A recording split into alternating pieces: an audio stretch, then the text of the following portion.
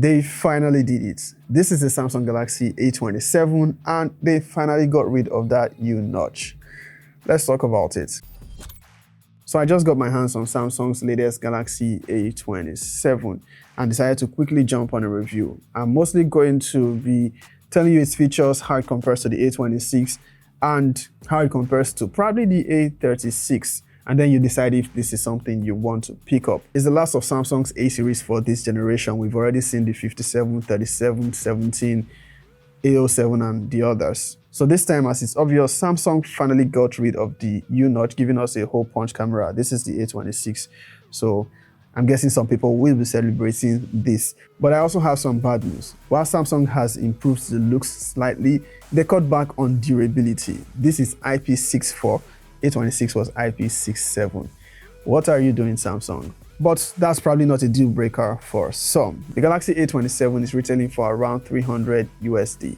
And just like with the A26, the base version comes with 6 gigs of RAM and 128 gigs of storage, which is still expandable. There is still no headphone jack, the fingerprint scanner is still on the power button, and it still accepts dual nano SIM cards, although you have to choose between 2 SIM cards or a micro SD card and 1 SIM card. Design-wise, nothing much has changed. It still follows the same design pattern, only that those minimal changes we saw with the camera bump on the higher A series also come here. But for the most part, it still looks and feels like the same device. It also weighs the same. Aside from minor design change and ditching the U notch, the A27 uses a Snapdragon processor as opposed to the Exynos 1380 we have on its predecessor. Precisely the Snapdragon 6 Gen 3, exactly the same processor we have on the Galaxy A36. So some improved performance, according to benchmark scores, not by a huge significance, but I guess those that love Snapdragon processors will be happy for this change. The display specifications is still mostly the same. The refresh rate is still 120 Hz.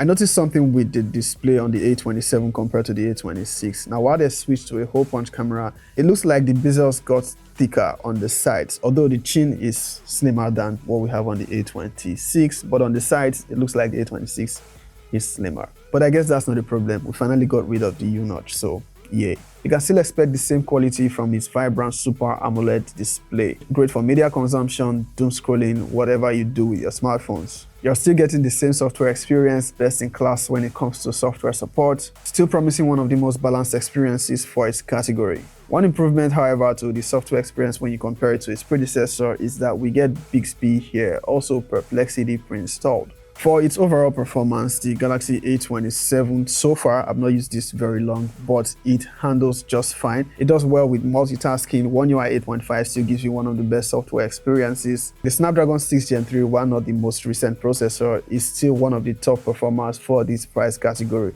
Majority of the other devices within the same category sports a MediaTek Helio G200. Correct me if I'm wrong. You should still keep in mind that the A27 is a budget phone. It's still below mid-range.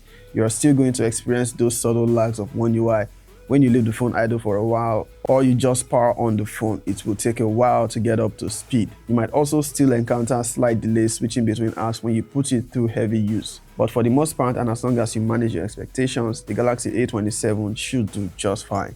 For its gaming performance, I'll save that for a more detailed review where I test it better and see how it performs overall, but I expect it to perform just fine for medium to high graphics gaming. I'll probably work on a more detailed review depending on how this video performs, so do leave a comment if you want to see that. The battery capacity is still the same 5000 mAh, charging is still 25 watts. Build quality is not the only area we see a downgrade with the A27. We also get that in the camera department. While they maintain the same main camera, the ultra-wide camera is now 5 megapixels as opposed to 8 megapixels we got with the A26. I'm going to put a few pictures shot with the A27 and also put some side by side between the A26 and A27 so you can see if there's any improvement or if the downgraded 5 megapixel camera makes much difference. Now, is the Galaxy A27 better than the A26?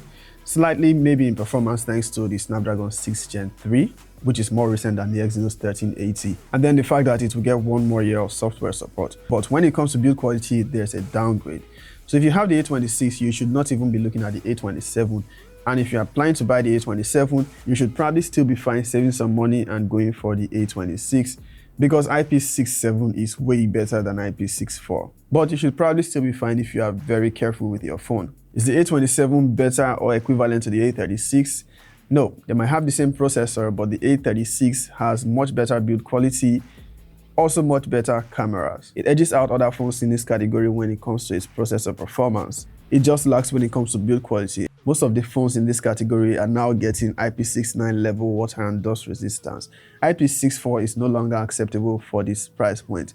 You could say Samsung already set the bar with the A26. I don't see why its successor, the A27, should have lower water resistance rating. At first, when I saw the specs of the A27, I was going to say it's a Galaxy A36 with a side-mounted fingerprint scanner because of that processor. But seeing that they downgraded the build quality from IP67 to IP64, and then also the ultra-wide camera, it makes me question what Samsung's plans are for the A series.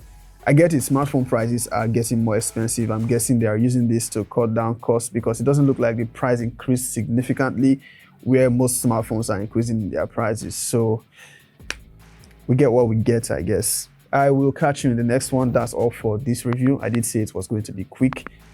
Probably will do a more detailed review. Catch you in the next one.